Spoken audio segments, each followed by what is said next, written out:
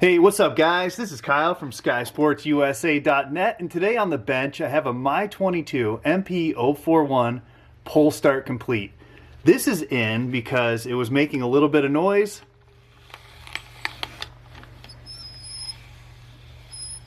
And it was not retracting as well. I can already see that the green strapping band worked its way out, putting pressure on the shim stack, just allowing everything to not move freely.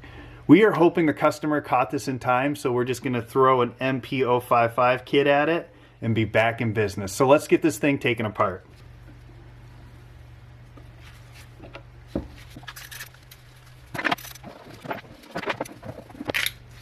The MP057 needs to come off, and the MP056 washers, and the MP055 starter pause.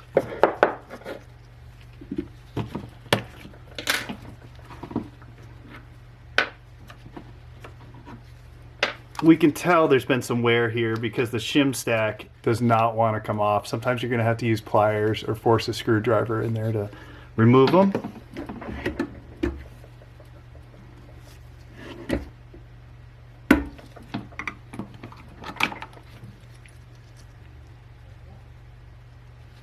The starter structure looks good. The MP051 recoil spring looks good. The dog ears in place. We always look to see if those are starting to pull through, but this one looks intact, so we'll reuse that. We also always inspect the anti-vibration mounts when doing a job like this. It's easy to swap them out while it's already apart.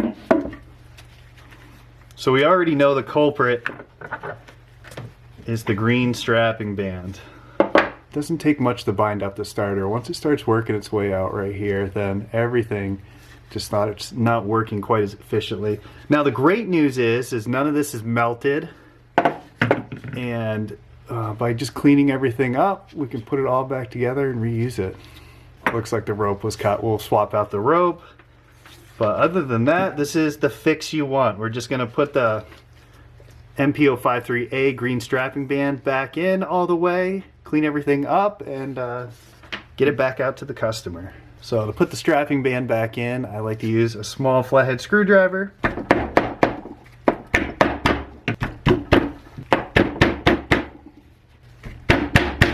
The MP053A green strapping band is now recessed back into the Easy Start spring.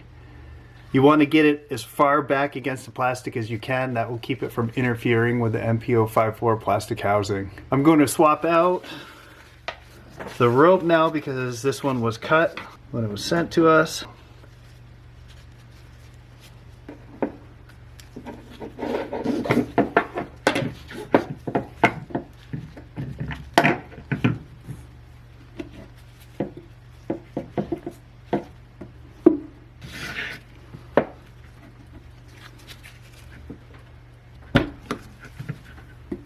So that knot can be kind of a pain in the butt to get back in there, but there you go. It's doable.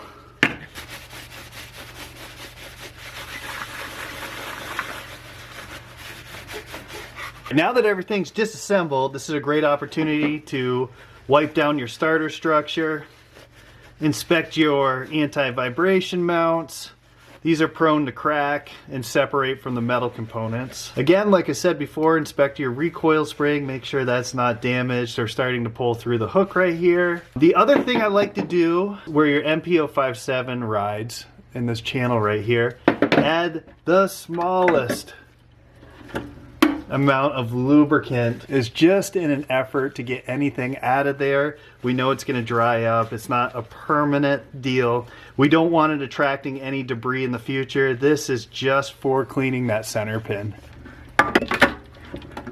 I'm going to go with our MP054 kit. That includes a new paw housing, pause, MP057, and a new shim stack. This is good peace of mind because all of this stuff wears. For the next parts, we got the MP052 pulley and the brand new MP054 pulley housing. I use the slightest amount of WD-40 on these rubber pieces just to help it slide in and seat correctly. When you put these two together, sometimes it's tough for it to get seated in the spring. You can get one of these pick kits from Harbor Freight to stick in there and adjust, or if you don't have one of those, A small flathead screwdriver works perfectly fine. So you put your flathead screwdriver in there just to move the spring around a little bit, and eventually the pulley will fall right in. The next thing to do is we're going to build our shim stack. The shim stack is important because it takes up the gap in between your center pin groove where your MP057 rolls and your MP054. Now it's important to get this correct. If you over shim it, the starter will bind up quicker. Vittorazi's measurement is from the top of the shim stack to the groove where your MP057 rides in, you want 0.4 millimeter. Now you can get this tool at Harbor Freight for super cheap, and this has the exact measurement you need in it.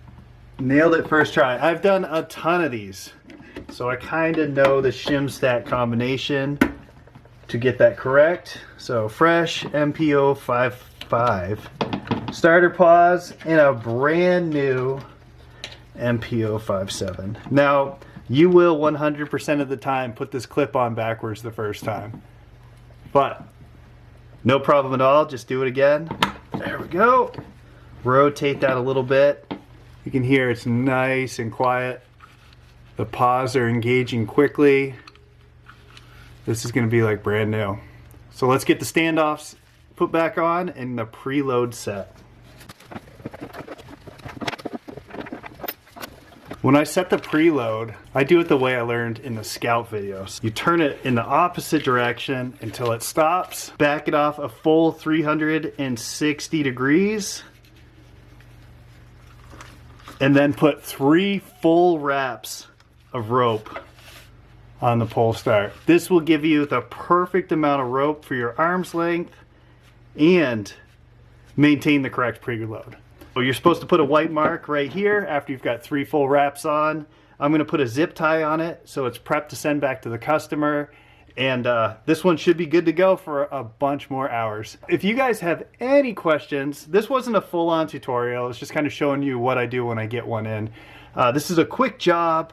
I think it's super important to know how to do. It can save you a ton of money. We have all the parts in stock if you want to do this. We preach, rebuild your pull start. Don't replace it. These things are expensive. For right around 50 bucks, this thing's brand new again. Let's say you had a catastrophic failure. We have the pull start support kit. This replaces just about everything. It's less than 160 bucks and you're back in business flying. And again, if you don't feel confident tackling this job yourself, you can always send it to us. We'd be happy to rebuild your pull start. A lot of times I can do it the same day I get my hands on it. Thank you as always for watching. If you have any questions, Chris and I are always around and happy to help. Have an outstanding rest of your week.